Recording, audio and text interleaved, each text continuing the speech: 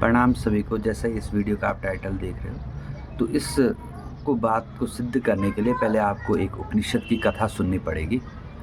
एक बार जब देवताओं और दैत्यों का युद्ध हुआ तो देवताओं ने दानवों को दैत्यों को युद्ध में हरा दिया। अब देवताओं को इस बात पे बहुत ज़्यादा अहंकार हो गया कि हमने दानवों को हरा दिया। तो जो ब्रह्म है, परमात्मा है, परमपिता हैं, परब्रह्म हैं, परमेश्वर हैं, उन वह एक यक्ष का रूप धारण करके देवता जहाँ पे मंत्रणा कर रहे थे उसके बाहर उपस्थित हो गए। तो जब किसी की नज़र उन पे यक्ष स्वरूप पड़ी, जो ब्रह्म थे और यक्ष स्वरूप में वहाँ आए, तो देवताओं को बताया कि कोई यक्ष स्वरूप जो हैं वो आ रखे हैं। तो सबसे पहले देवताओं के जो देवराज इंद्र हैं उन्होंने कहा कि भाई अग्निदेव को कहा कि आप जाओ और ज़रा पता करो कि ये यक्ष कौन है, इनका पता लगाओ कौन है, किस कारण से आए हैं। तो जब अग्निदेव वहाँ पहुँचे तो यक्ष को अपना परिचय दिया कि भाई मैं तो अग्निदेव हूँ और पूरे ब्रह्मांड को पल भर में भस्म करने की ताकत मेरे भीतर है। तो यह सुनकर यक्ष ने कहा, आपका परिचय पाकर बड़ी प्रसन्नता हुई, लेकिन वास्तव में एक तिनका उन्होंने उठाया और अग्निदेव के पास दिया और कहा कि भाई इस तिनके को आप जला दीजिए। तो अग्निदेव को बड़ा क्रोध हुआ कि आप मेरा मजाक उड़ा रहे हो, ये मेरे लिए जो संपूर्ण ब्रह्मांड को पल भर में मैं नष्ट करने वाला जला दे सकता हूँ, उनके सामने आप तिनका रख रहे हो। लेकिन जितना भी प्रयास कर दिया, पूर्ण प्रयास करने पर भी वह उस तिनके को जला नहीं पाए। तो वह बहुत अग्निदेव शर्मिंदा हुए और आ गए। तब इंद्रदेव को उन्होंने कहा कि भाई उनका परिचय मैं नहीं प्राप्त कर पाया, जो यक्ष हैं। तो फिर इंद्रदेव ने कहा कि वायुदेव को कि तुम जाओ, तुम तो भाई बहुत शक्ति संपन्न हो, संपूर्ण ब्रह्मांड में तुम्हारा ही जो विस्तार है, तुम वायु स्वरूप हो, जाओ तुम और पता लगाओ कि वह यक्ष स्वरूप में कौन है।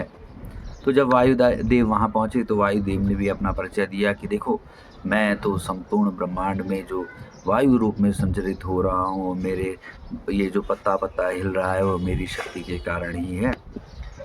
तो यक्ष ने कहा कि आपने बहुत सुंदर अपना परिचय दिया, लेकिन यह तिनका है, इसको आप उड़ा दीजिए।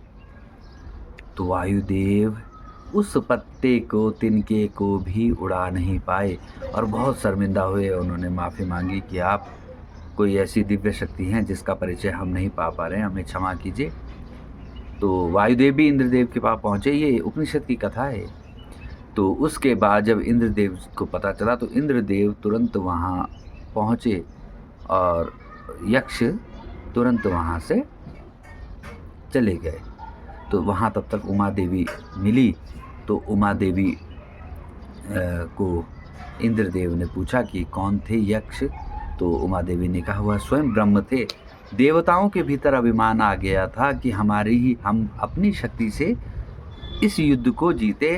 तो देवताओं के अभिमान को चूर करने के लिए, क्योंकि जिसको अभिमान हुआ उसका पतन निश्चित है, तो उनके अभिमान को दूर करने के लिए, उनके जो भीतर अभिमान छुपा था उसको दूर करने के लिए स्वयं ब्रह्म यक्ष के स्वरूप में आए और आप लोगों का अभिमान दूर किया। तो इंद्रदेव को सबसे पहले ज्ञान हुआ कि यह जो यक्ष थे यही ब्रह्म थे और बहुत उन्हें, इंद्रदेव को बहुत ज़्यादा दुख हुआ कि हम अब अभिमान कर रहे थे, जो शक्ति ब्रह्म द्वारा दी गई है हम उसको अपना समझ रहे। तो यही इस वीडियो के टाइटल का उत्तर है।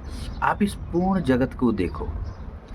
सीधी सी बात है कि इस जगत में जो भी आपको दिख रहा है, जो भी आपको चलायमान या स्थिर दिख रहा है, वह सब ब्रह्म की शक्ति से ही हो रहा है।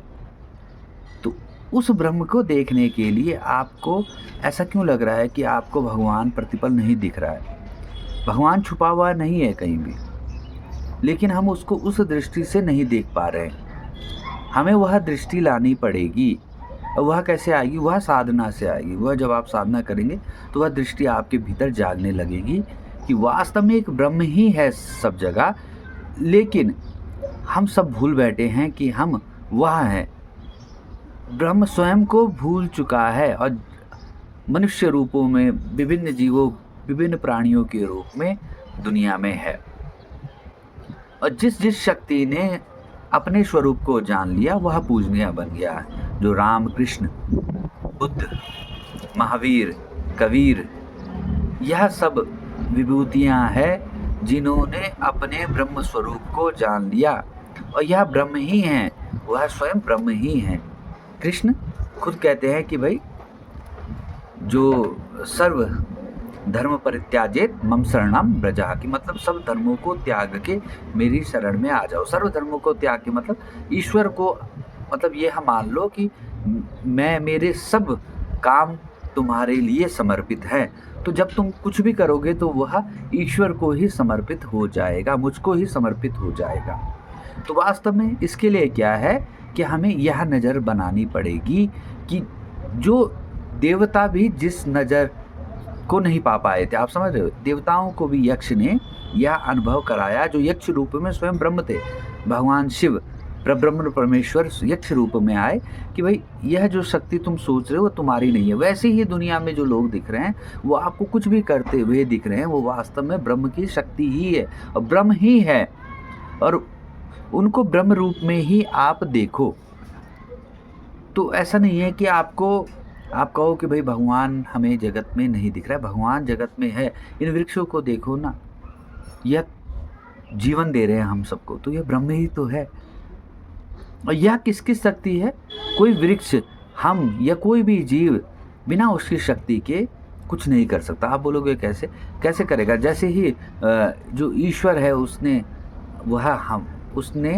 त्याग दिया हमें, तो पल भर में हमारा शरीर नष्ट हो जाता है। क्योंकि अब देखो कोई व्यक्ति मर गया तो उसके घर वाले उसके शरीर को थोड़ी रखते हैं, क्योंकि वास्तव में जो परम शक्ति थी उस शरीर से जा चुकी है।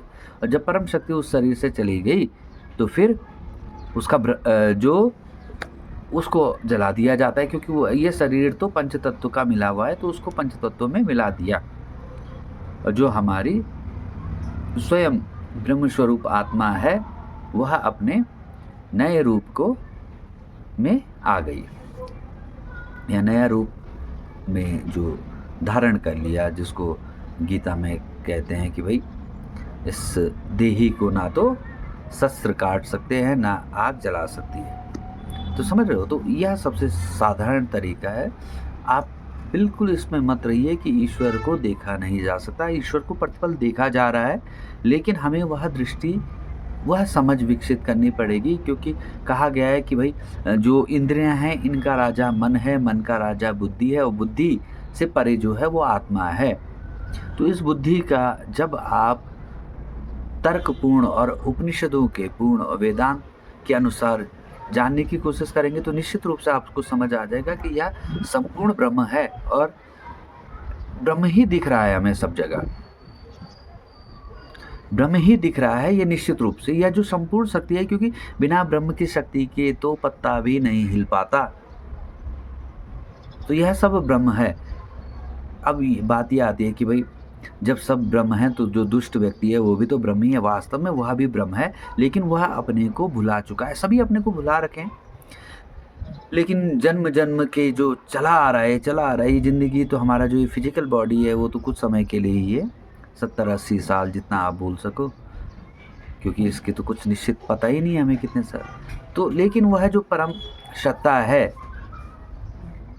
जिस पे जब यह अहंकार जागृत हो जाता है और वह परम सत्ता को भूल जाता है, जैसे ही उस परम सत्ता को यह अनुभव हुआ कि मैं परम सत्ता नहीं हूँ, मैं इस शरीर हूँ, और वह ब्रह्म को, परमात्मा को भूल गया, तो निश्चित रूप से यह धारणा हमें करनी चाहिए कि संपूर्ण ब्रह्मांड ही वह ब्रह्म स्वरूप है, सब उसका ही रूप है। यह पेड़ उसकी शक्ति से ही हमें ऑक्सीजन दे रहे हैं, यह सूर्य हमें उसकी ही शक्ति से पा रहा है, और यह जो बादल है उसकी शक्ति से ही बरस रहे हैं। हम और आप, मैं उसकी शक्ति से ही बोल पा रहा हूँ, आप उसकी शक्ति से ही सुन पा रहे हैं।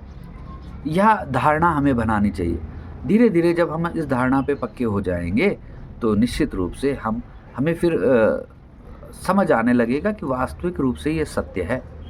लेकिन जो हमने क्वेश्चन किया था कि भाई जो दुष्ट व्यक्ति है तो हम उसके प्रति वह धारणा नहीं बना पाते, तो निश्चित रूप से मुश्किल होती है। लेकिन वह जो दुष्ट व्यक्ति आप जिसको बोल रहे हो, वह है जो अपने मूल स्वरूप को पूरी तरह से भूल चुका है। अपने मूल स्वरूप को पूरा भूल चुका है वो। है तो वह भी ब्रह्म ही, वह परमात्मा ही है, लेकिन वह अपने को पूरी तरह से भूल चुका है। और जब अहंकार आया तो फिर एक मन ने जन्म लिया, मन से वासनाएँ प्रकट हुई, इच्छाएँ प्रकट हुई और व्यक्ति पूरी तरह अपने को भूल गया कि वह वही परम सत्ता है, उस परम सत्ता का ही अंश है या वह परम सत्ता ही है। तो मुझे लगता है कि इस प्रकार के वीडियो को हम जारी रखेंगे, लेकिन मेरा कहने का मतलब यह है कि आप बिल्कुल इसमें मत रहिए कि कुछ लोग कहते हैं कि भाई प्रूफ़ करो कि भगवान, अरे प्रूफ़ करने की आवश्यकता एक मृत व्यक्ति को देखो, रोज़ तुम्हारे सामने हज़ारों लाखों एग्ज़ाम्पल आते हैं, तुम एक मृत व्यक्ति को देखो, उसमें कोई सत्ता थी ना, कोई जीव था जो चला गया, अब क्या है उसको रख सकते हो तुम, वो तो स्वतः ही नष्ट हो जाएगा। तो परमात्मा के होने का, परमात्मा के दर्शन का कोई उदाहरण की आवश्यकता नहीं है, बस दृष्टि की आवश्यकता है। जैसे जिस दृष्टि से हम अपने परिवार को देखते हैं ना, मेरा भाई है, ये मेरी माँ है, तो एक दृष्टि तो है हमारी। तो वैसी ही दृष्टि से हमें परमात्मा का भी साक्षात्कार हो सकता है, लेकिन हमें पहले ये भावना करनी पड़ेगी या धारणा करनी पड़ेगी, ये समस्त जो ब्रह्मांड है वह वही ब्रह्म है और वास्तव में, क्योंकि जब वह नहीं है तो फिर इसका भी सत्ता नहीं है। नमस्कार, धन्यवाद। इसे